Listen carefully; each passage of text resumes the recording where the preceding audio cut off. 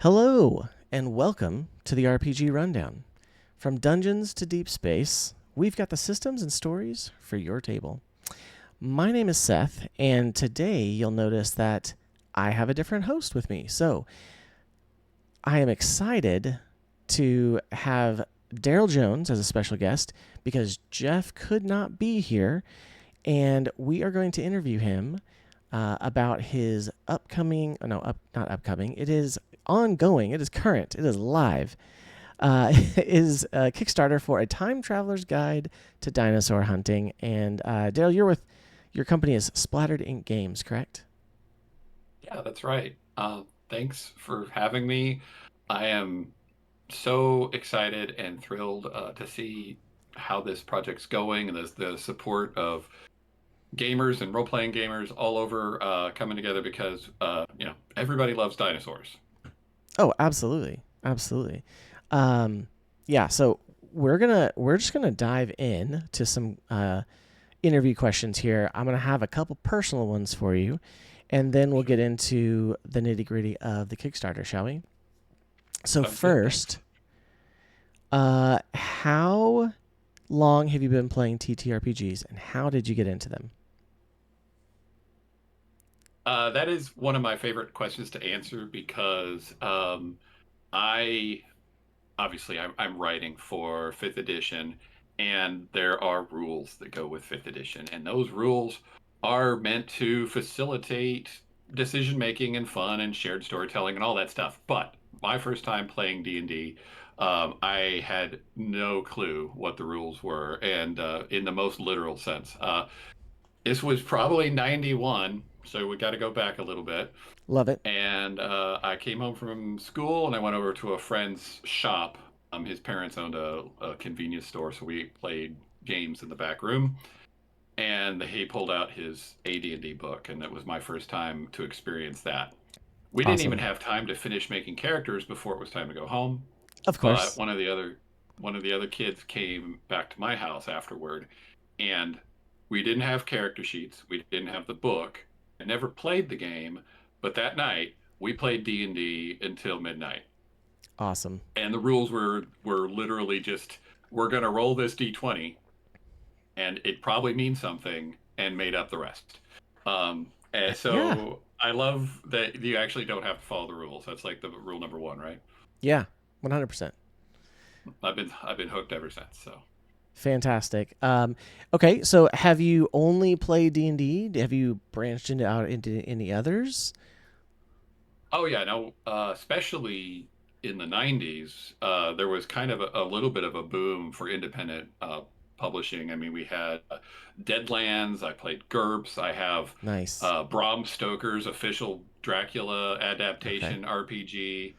Um, Did you I have play? the Go ahead. DC Heroes box set that just was on Kickstarter as the reprint from the 40-year edition. So that one's right on my shelf, the Awesome. original. Yeah, Um, yeah, I mean, I've played just about everything. that's awesome. I have a Weston Games Star Wars D6 box, like the starter box, that I never played in the 90s. I had it. I love to read all the books, but I didn't really have anyone to play it with me, and I didn't really understand. Um, and like I said, in the 90s. And then I had Mech Warrior, which was the BattleTech, TTRPG. That Yeah. again, I used all the character creation stuff to make characters, and then I just put them as pilots in my mechs for the miniature board game. So, Yeah, that's so awesome. it wasn't until about, oh man, 2010, I think, that I Yeah. started playing actual. I played D&D, and then the newer Star Wars RPG, and that from there it was just go everywhere, try everything. So, That's awesome. Yeah, um, I did have a bit of a lull in the early 2000s where I yes, thought I had to get a real job and grow up right, and all that.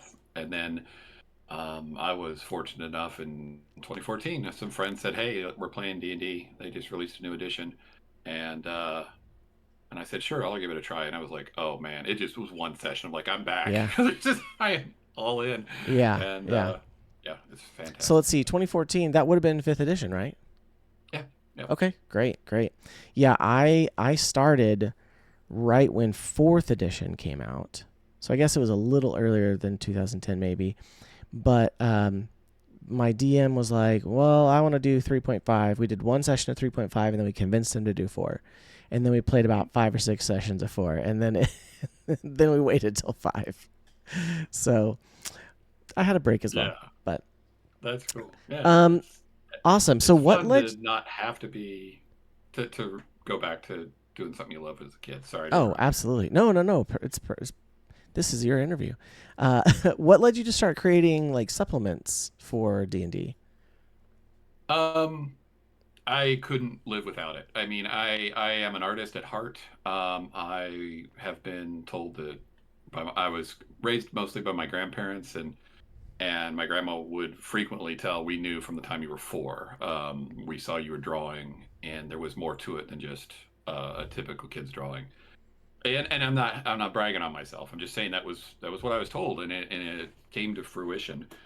Awesome. Um, so I always have been lost in my own stories, my own worlds, my own imagination, and I couldn't imagine it any other way. And I mean, even like there's a little bit of a I don't know if a stigma is the right word, but a little people kind of get down when you're the forever GM or forever DM, right? And I don't understand it because that's where I want to be. That's the seat I want to be in Yeah, because I get to be the creator. And that doesn't mean that the characters aren't also creating.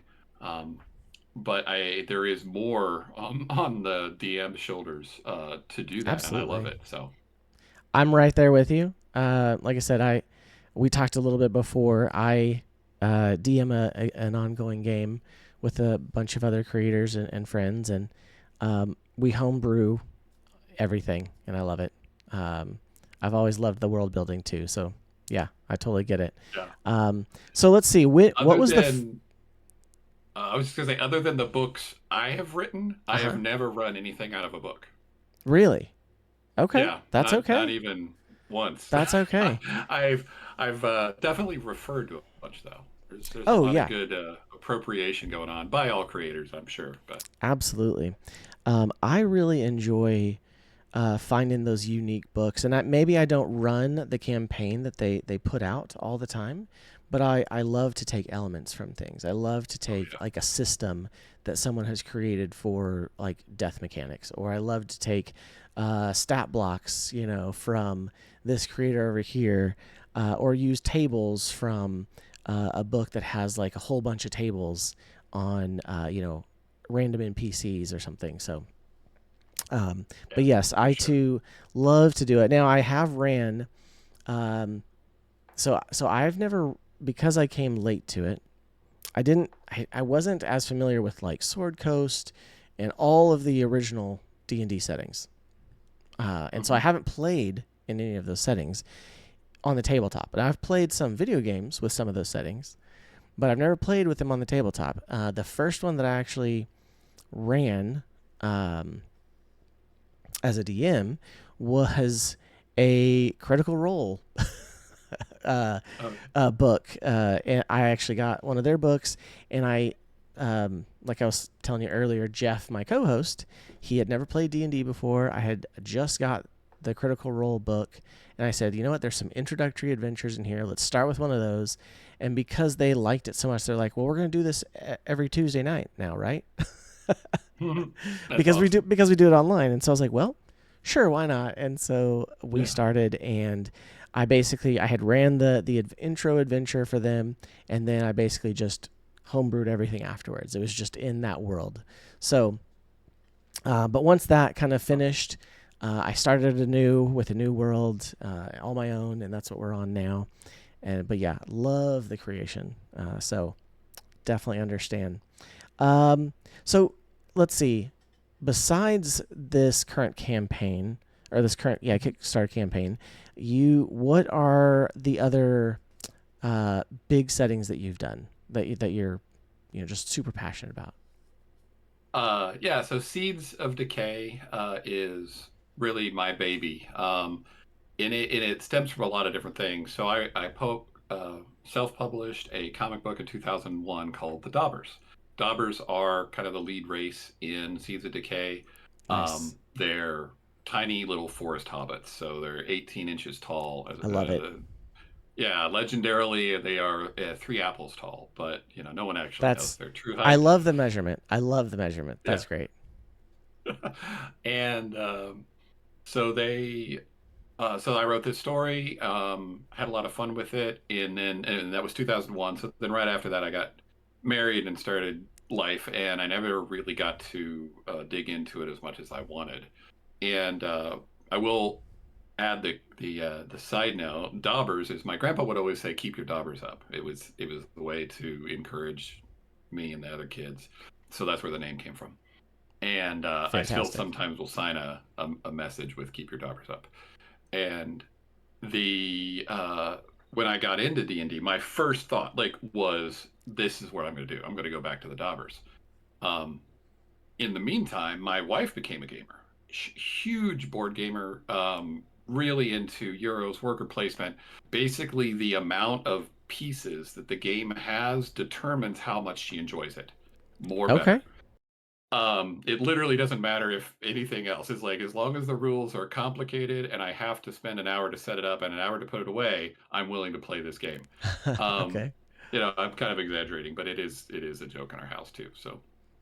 Nothing wrong with that. Um, so I actually we published Dauber's Quest for the Key, which was a deck building board game kind of adventure first, and that was in 2018. I didn't know what I was doing. I didn't have any experience with crowdfunding, other than hope and a lot of prayer and blood, sweat, and tears. Now 7 years later, I have a much better understanding. Crowdfunding is a business, and there is a way to make it work, and Yeah. you can do that. It's not a mystery. It's not all just going viral. Though there is the potato salad from whenever that was. Do you know about that? No, huh? No. Okay. Another tangent. So there was a potato salad Kickstarter, and Okay. it was not an original recipe, but it was just some guys like, "I'm going to make potato salad. Will you help me fund getting the ingredients for it?" And it was a Okay. joke. I gotcha. I gotcha. But it went viral, like it did. It went completely Sure. viral, and it raised $30,000. And he ended up like renting a small building and flying a bunch of people out to eat the potato salad. And anyway, so That's hilarious. um, yeah. So other than that, hope is not a metric. You actually can make most of the time you can make your Kickstarter do whatever it's supposed to do, but it does take investment of time and money and all those things. So where was I Absolutely. going? Oh, yeah. So Daubers, and then Seeds of Decay came after that. So which Seeds of Decay is the main story, first arc of story in the Daubers universe. I love it. I love it. Yeah. I mentioned it earlier, but I have one of the I think it's the module. It's not the whole setting. Yeah, the Plague with Um, Spider is the one that was the yes, free yes, release. Yeah, yes. Because I which I am love. It's all in my on favorite I'm all in game on format. Alchemy RPG. I love it. It's fantastic. It's beautiful, and it works well. And so yes, I whenever that came out, I was like, oh, I got to get that. But I had definitely seen it before that, so I'm looking forward to exploring the universe more too. Awesome. Well, I think that we should dive into talking about A Time Traveler's Guide to Dinosaur Hunting, because Let's as do you it. said, who doesn't like dinosaurs? Everybody loves dinosaurs. Everybody loves dinosaurs because I mean I would say why dinosaurs, but everybody loves dinosaurs. But if you had to give a reason, why dinosaurs? Um, yeah, it's pretty funny because I was working on some of the marketing copy for this, and one of the exercises we went through was asking people why they would want to play in a world with dinosaurs and that kind of thing. And we got a whole bunch of reasons for like the second most important reason. So whether it was time travel, or whether it was seeing something they never seen, or the idea of exploring like mutants and other kind of side options. The number one answer was just dinosaurs. Like there was no explanation. It was always just Perfect. Well, dinosaurs. Dinosaurs. Yeah, sure. So I guess I'm refusing to answer your question. That's okay. Um, No, now double down my on it. my son my son was part of it though, to be honest. Awesome. He is really into engineering and a lot of stuff like that, and he genuinely wants to explore, the DNA recreation thing, like Nice. not just as a thing to say, to get clicks, but like he really thinks he's going to go into bioengineering and be the next Dr. Hammond. So, and if All that doesn't work, right. he's going to make robotic versions of them. Um, I so mean, because of him, they're always kind of in the house. They're always on topic. love it. Um, and then as a publisher, I was like, I want to do a book that's about big monsters. And like, it was really, there was a bit of a strategic decision making process, like what are some options if we wanted to publish a universe-less book? And we were going through it and literally it was just like dinosaurs. Like why hasn't anyone done this? Yeah, So it's been fantastic. It's been fun, and I've learned so much. I'm learning so much. that's awesome. Yeah. Okay, so I know you kind of hit this for a second, but why time travel? And give me like a 30-second snippet of why or how does that work? How does it work? It'll be longer than 30 seconds, but Sure, that's fine. the I had been writing a short story that was just sort of my own exploration of a thought that came up, and I didn't want to lose it, so I started writing it down. And it ended up landing in this space that allowed me to fully embrace and digest the idea of a multiverse. Awesome. Multiverse is obviously a pretty popular pop culture thing right now, lots of different Absolutely. instances of it. And so many of those to me feel arbitrary and forced. Like I can still enjoy it, it's still entertaining, right? Uh-huh. Yeah. Um, but like the Spider Verse, I have all those original comics. I love Awesome. that movie because all those characters, they mean something. They all of their verses are significant. They're not just copies. It's not just the version of Right. it's a multiverse because we made a decision differently here, therefore it creates a branch, and then it's just the same but slightly different. That that just feels weird to me. Like, Mm-hmm. um, again, that doesn't mean I can't enjoy it, but for me to write it, I had to have a better grasp on what that looked like. Um, so then I'm writing this. It wasn't my intention, but then it happened, and I'm like, oh, this is something really I can sink my teeth into. And the idea is, um, millennia ago, whatever period of time, it doesn't matter because time travel. Right. Um, a uh, a king had a daughter, and the daughter had magical properties, and without going into all of that, the bad guys wanted to take control of her because she was so powerful. So he hired his wizard council to create this sort of bubble, like pocket universe to hide him and his kingdom. When that failed, it created what we call shards, and those Okay. shards just basically exploded. They went all over the multiverse, and wherever one of these shards landed, um, that universe developed the time portal technology. Okay. So it's not just that it put time travel there, but it like put the concept or the idea or the Yeah. power source, and then however that manifested is unique to that world. And Awesome.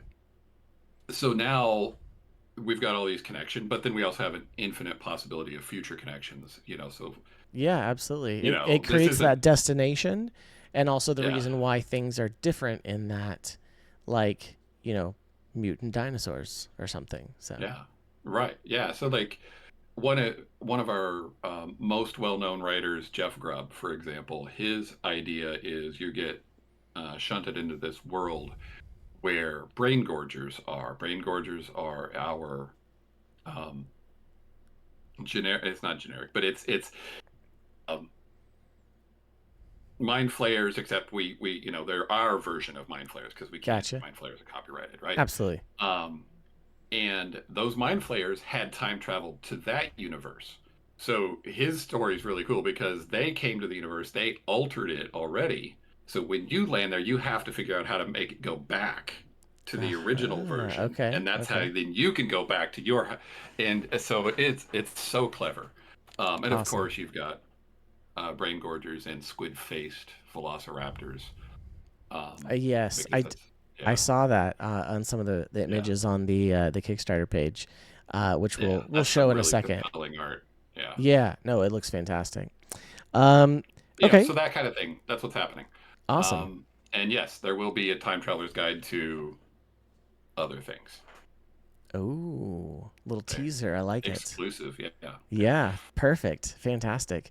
No, that's awesome. I love the concept of not just having the multiverse, but also like why the multiverse and how the multiverse that makes it Yeah, uniquely yours, and I love that. So, but speaking of writers, talk.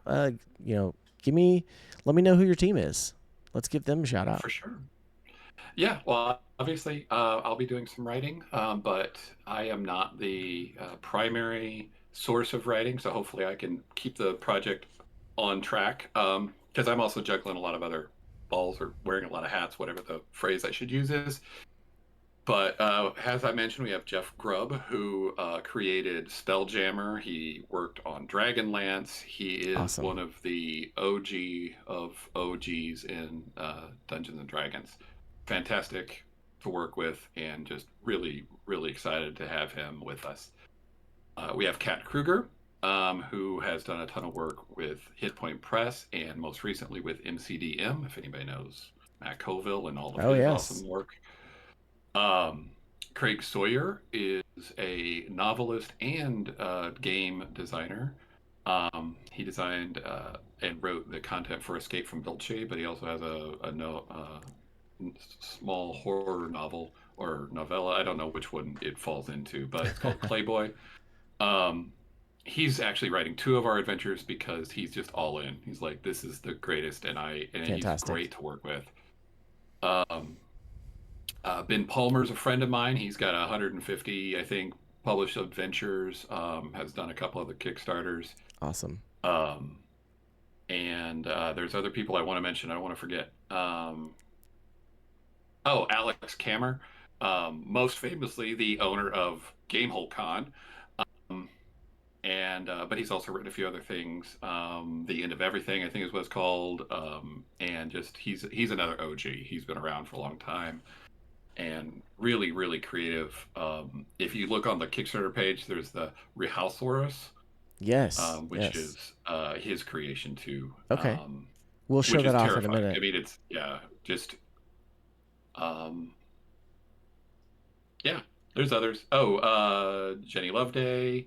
A lot of people know her. She's a content creator, but also a writer. Alan Patrick, another writer that's he worked with Alex on The End of Everything.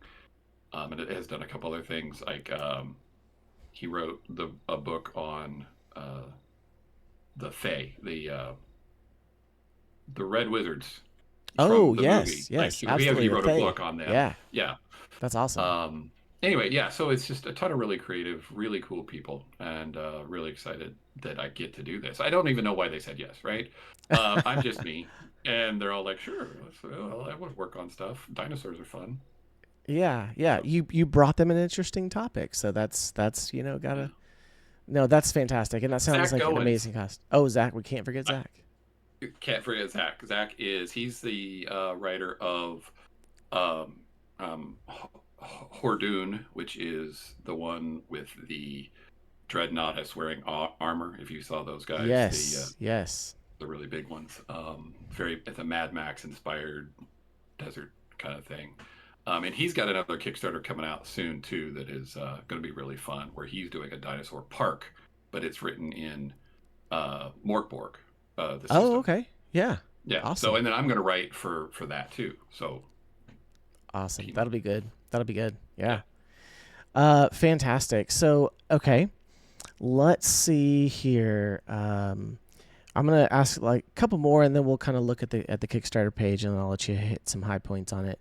Yeah. So, what is like what's your approach when creating the dinosaurs or monsters for like this module? Like what has been kind of like how you approach that? Well, there's two different ways. Well, I mean, and there's at least a few different factors that come into play. One of the first factors that I wanted to focus on, I told all the writers this too, is I want you to imagine being a real person, normal, like regular person, and a skyscraper steps up next to you, right? Like it's boom, Bigfoot right there, and the sheer size and magnitude of a living, breathing creature that weighs 40, 80, even up to 100 tons Yeah. is there next to you, right? I want to convey that. I want people, when they play this game, to feel like they are witnessing something that is outside of anything they could actually imagine. And then telling them to imagine it. Try to give them the tools to imagine it. Yeah. Because even a Tarrasque is half the size of an Argentinosaurus, Love if it. you think about it that way. Yeah. So that was one of the factors. The other thing is research. I'm doing a ton of research. I am got a ton more to do. I've probably just scraped the iceberg. We do have a paleontologist that's going to consult. I mean, That's their job awesome. is not going to be extremely involved, but it's just going to be to help us not go off the rails too much Yeah. with the stuff we don't want to go off the rails with, Sure. to clarify. He's also a super nerd. He's on his Instagram. You'll see pictures of him cosplaying as a Jedi next to him presenting at a conference, which is fun. Awesome. Um, and but just so that we are respectful to the science and the things that need to be honored. But then we're also so then that's kind of one side of it. Yeah. For example, uh, three fairly famous theropods. You've got the T-Rex and the Carnotaur Huh. and the Allosaurus, right? Absolutely. They all have a similar structure, and you know, me a year ago, I didn't know how they were different, other than maybe size. T Rex is the Sure. king or whatever. Um, but so T Rex has they make the joke about the little arms, right? Well, T Of course. Rex actually has medium arms from those three. Okay. All right. The Carnotaur has basically nothing. He's got like little, The little nubs. no arms. It's just like little Sure. flaps. And Right. then the Allosaurus actually has arms that are long enough that they could grip things. And in the Gotcha. theory is they would kind of death roll their targets by grabbing it, and then they could maul them down. So anyway, so those kind of details are important to how we're creating the stats for the creatures. That's awesome. Trying to make it feel like they are unique, even though there's a lot of overlap in certain qualities.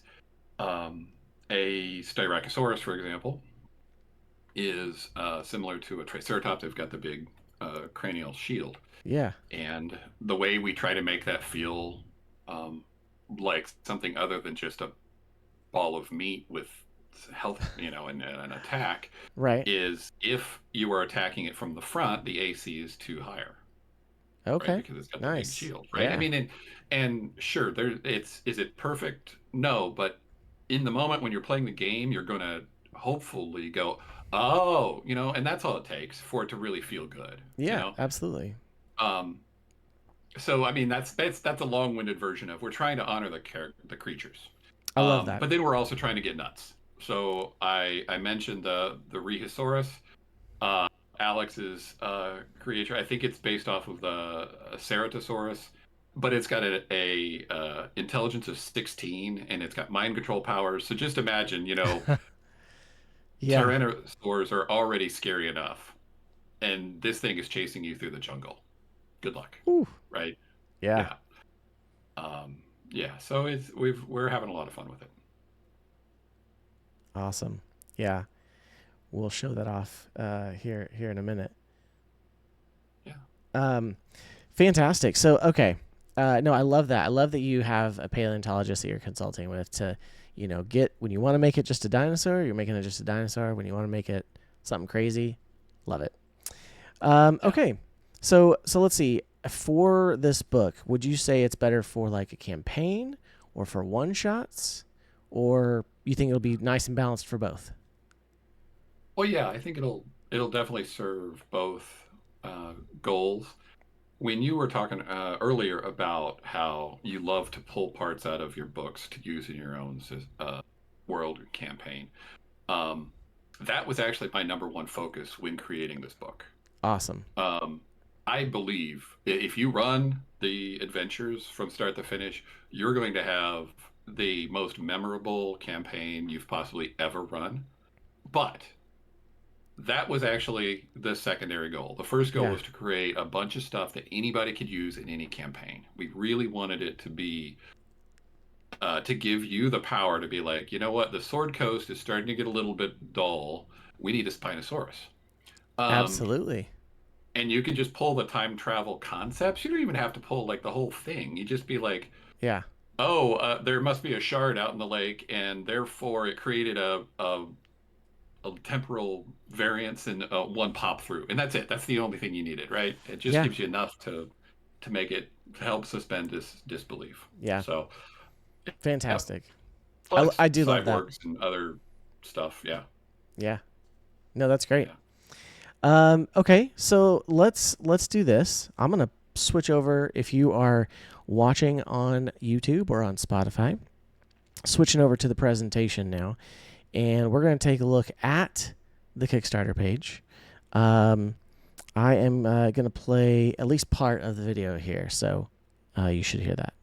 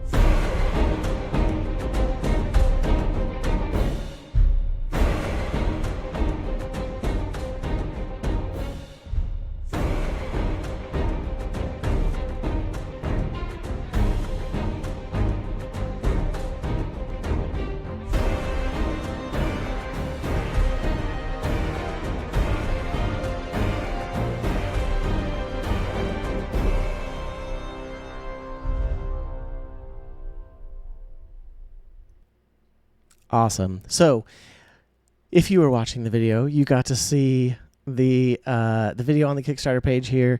So many cool things. So many cool things are coming. I love all of everything from like the kind of the implied magic and stuff going on with the creatures to the futuristic races, classes potentially. I'm sure you've got all that in there. But yeah, so as of right now, you're at $240,729 of a $10,000 goal, which is phenomenal. Congratulations to you guys and the team. 1,649 backers.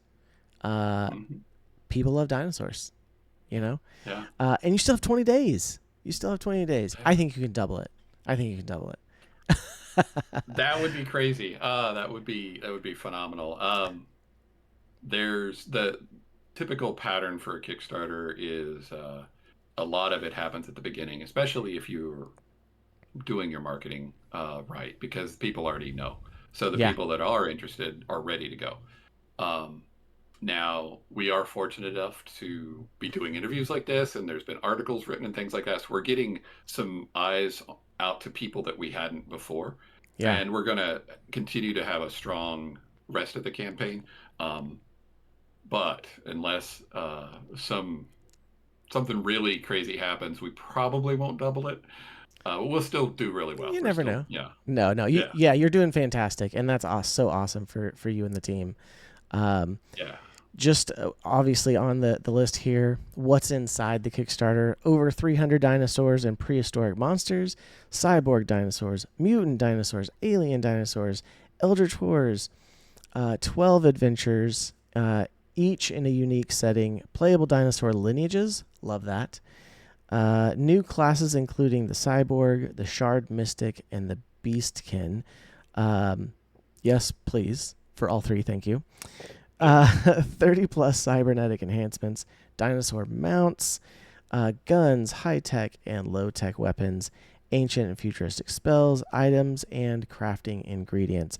And that last one, I have to say, is fantastic because that's one of the things that in my current campaign, one of my players is like, I'd really like my guy to be just like an expert on like harvesting and crafting things from these giant monsters. Like literally, this has not come at a better time because he has basically created with me um, a race or a lineage of of kind of like half orcs that they are basically uh, you know dinosaur or big game hunters, like monster hunters. Mhm. That's the whole thing. They're monster hunters, and so they use ingredients for their armor. They use bones and all this other stuff, and so looking forward to that in a big way as well, and definitely incorporating some of this into his story as we get to see more. So One of my um, favorite just ideas so far that's coming from that. Like, there's going to be so much, yeah, and a lot of this is still to be written. Just for transparency's sake. Like, this sure, is a Kickstarter so that I can pay the people that I need and myself and pay my bills. Right? Like, yeah. it's not just a pre-sale for something that's already done. Um, but Therizina sword.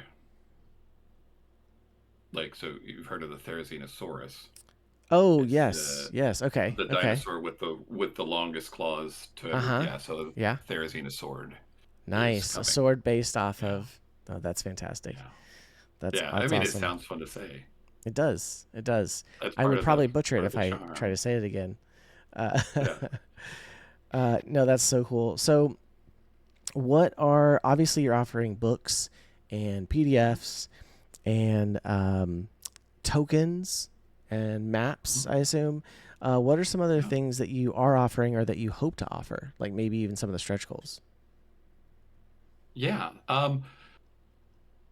There's a lot of balls in the air, as I've said before.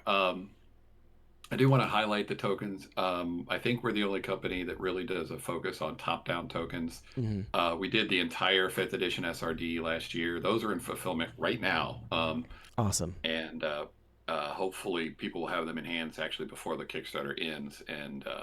But even if not, they're going to be there very shortly. And so that's exciting. Um, and we're creating a whole new batch of those now that we've really understand the process and manufacturing of that type of Yeah. product. So excited about that. And as far as other things that are coming, I had been wrestling with how to present a player's focused supplement. The bestiary obviously is going to be used by the dungeon master, and then the Traveler's Guide to Dinosaur Hunting has the player options and the adventures in it. So you've got a little bit of Okay. the spoiler cut off, right?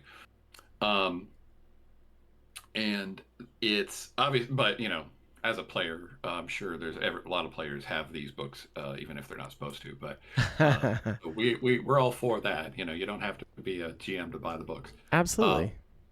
but still, the concept of having something that a GM could be like, okay, we're going to run this adventure. Here is what you need, and I it's taken me a little bit to come up with the idea. I actually had two different ideas. One was going to be a journal that's kind of like you find the explorer's lost notes style, leather bound, and it was going to have notes and chicken scratches in it. And we were actually going to, and we're still going to use this in some way, but I'll come back to it. And because the Uberlight dice use the UV light to glow, we were going to put UV ink in the book so Oh, that on okay. certain pages they would be able to light it up and see the clues. That's awesome. But that felt really almost hyper niche. And then I had an idea of just doing a paperback book that was just the player's options, just a paperback, like a smaller book. Yeah. Um, I think what I've settled on is I'm going to combine them. So it's going to be kind of a folder where there'll be part of it will be printed, and that'll just have the player's options, and then there'll be a pocket of handouts, and then the GM can hold on to those, but eventually they're going to go back to the player. So I feel like it still synergizes good, and Awesome. I can still do the UV ink thing, and so that'll be an add-on. We're probably going to reveal that the first week in February. And depending, it'll be a stretch goal that'll get unlocked. Is it? But that'll be kind of where I think it'll unlock. And then the big one. So this, when is this going to go live? I know you're recording it. I'm saying it, but when does this go? I would say, um, I'm hoping within like a day, maybe two. Okay. All right. Yeah. So it's not too early. No, no, On no. the 28th. Okay.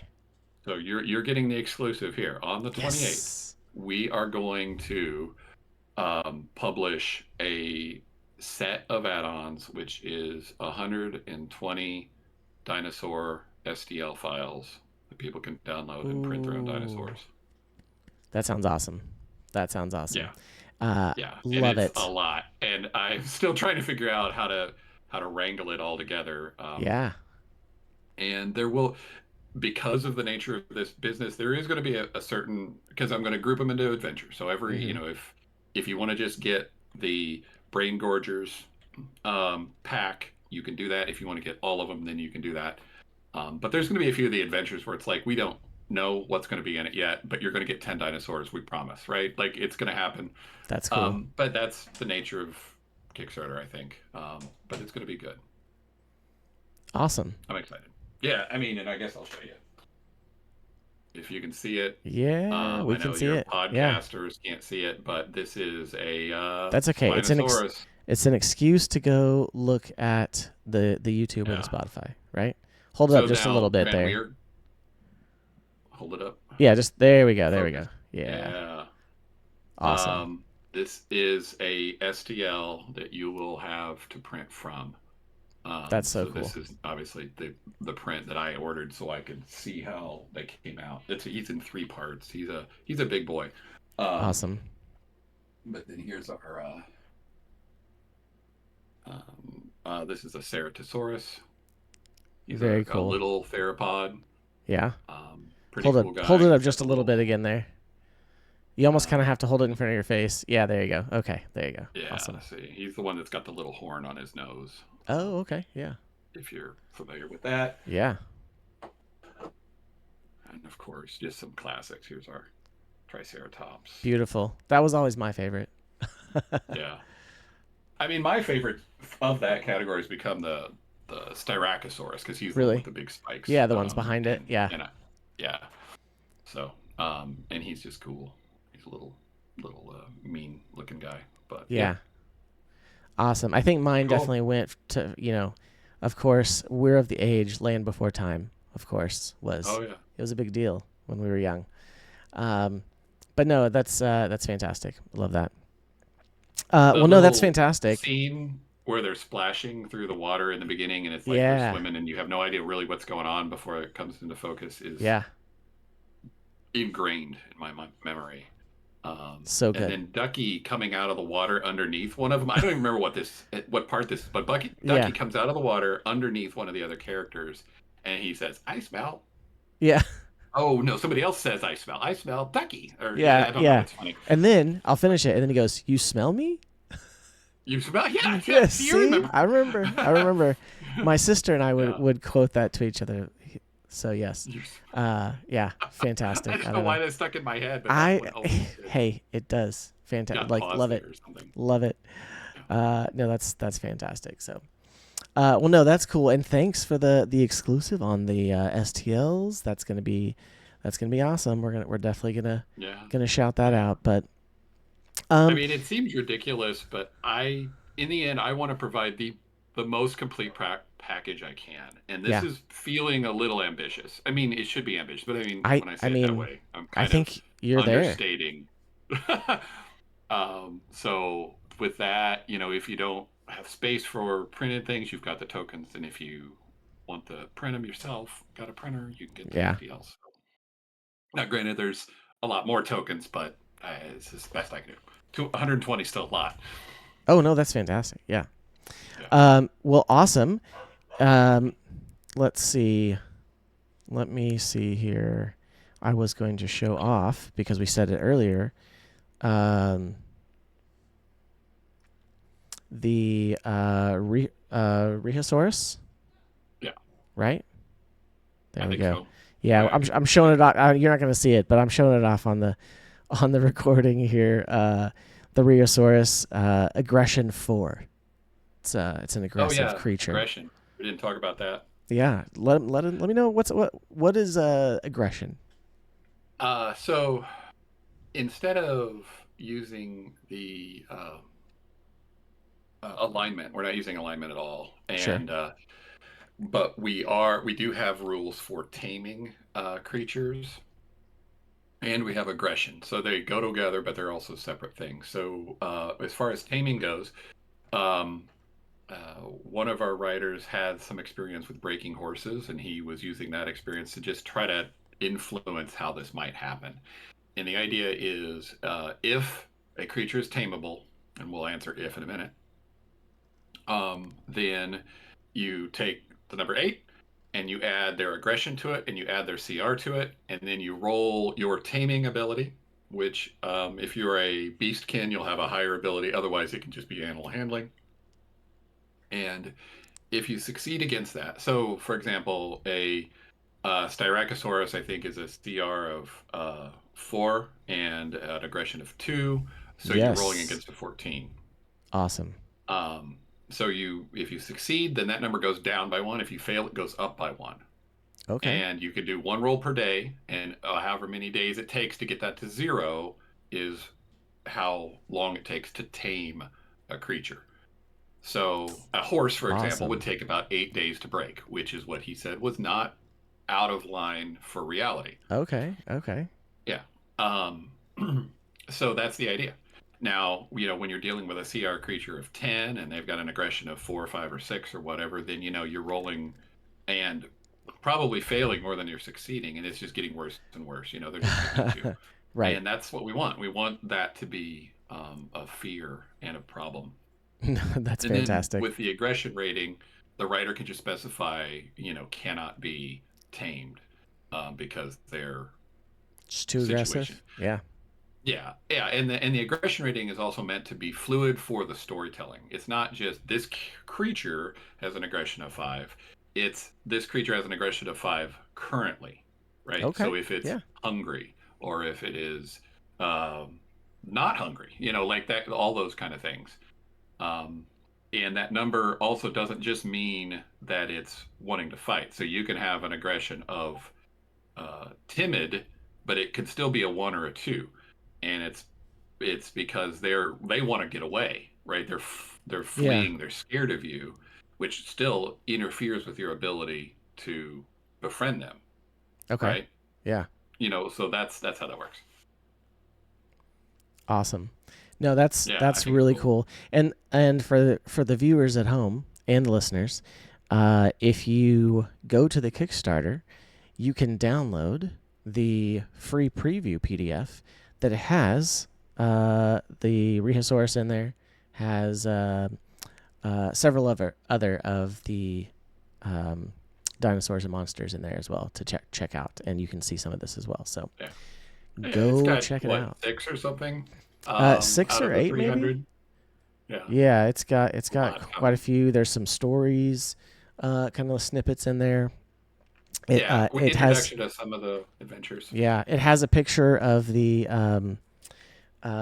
what did you call them again? The I don't you know know. the What are we looking at? illithids, The the squid face illithids, velocity. squid face. Yes, the Yeah, the squid face illithid. velociraptors Yeah, with an illithid. That was so cool. the brain gorger. The brain gorger. That's right. That's what I was trying to remember. Yeah, yeah. No, illithid is actually probably the word I should remember. Never No, called it's good. it. It's good. Yeah, No, so there's a lot of cool stuff in there as well. So yeah. Actually, the um, the brain gorger is Alex's creation too. Even okay, though Jeff Grubb is writing the story that uses it, so that's kind of a fun connection too. Yeah. awesome. Well, I think that brings us to close to the end here. Is there anything else that you want to highlight about the Kickstarter or shout out? Give a detail. Obviously, you've already dropped a pretty big thing with the STLs. Yeah. But anything else? Um, well, I mean, I do want to make sure to thank all the writers and the artists that have come alongside me to help produce this product and to make it into something that's going to be really special. I see A Time Traveler's Guide to Dinosaur Hunting becoming a. I mean, it's never going to be Curse of Strahd, but I think it's going to be one of those books that a lot of GMs are going to want to have on their shelf, Yeah, and or pair absolutely. of books. And I also want to thank Devin, who's my community manager and assistant. He's been invaluable to me, and of course, I want to thank my wife and my kids. Um, it's a strange life for them because I don't work regular hours and I don't do a regular job, and I never have. Even before I was doing this version of it full time, I've always been um, just kind of doing my own thing. But it's gotten to the point now where it's fun for them too, and but I'm so Good. appreciative of their support to help us get to this point. And of course, thank you to everyone who's backing it, and for you for just wanting to talk about it. I just Absolutely. I just want to make sure my appreciation and gratitude is first and foremost in this case. So Absolutely.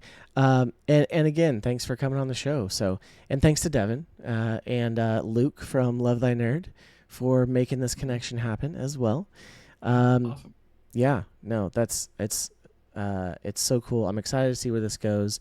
You're putting so much into this. There's so much information that I can't wait to peruse everything about it. So, Yeah. um, And the more I do, the more it comes together. And yeah, that is one of my favorite parts of writing. And I even told the story about the idea of multiverse came from a thing I was writing, and it feels like that is your reward. If you invest in your whatever your creative passion is, your reward is that when you get things done, they come together in a way that's more full than you could have seen before. It's this building process of putting your heart and your soul into something, and it turns into something magical. Which is I just believe everybody's got that in them, and I hope to encourage people to dig for it. So anyway, sorry, tangent there, but no, absolutely. A great sentiment. I appreciate it. So. Well, I think that is going to bring us to the end of the interview. Again, Darryl, thank you so much.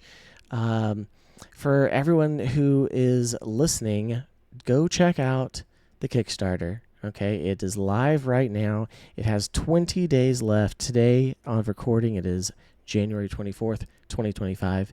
So you have 20 days to get in on this awesome Kickstarter, 600 plus pages or thereabouts, right? Um, yeah, two so books. many, so many, so much to uh, it, fantastic. So, It's but thanks again, everyone else. Be sure to check out the YouTube channel and hit that like and subscribe.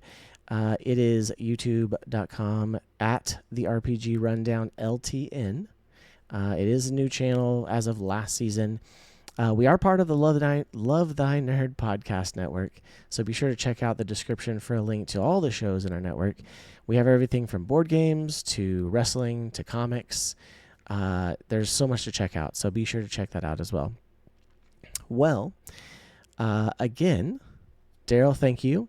And for all of you out there, from our table to yours, thanks for joining the RPG Rundown. And until next time, may your rolls be epic and your stories legendary.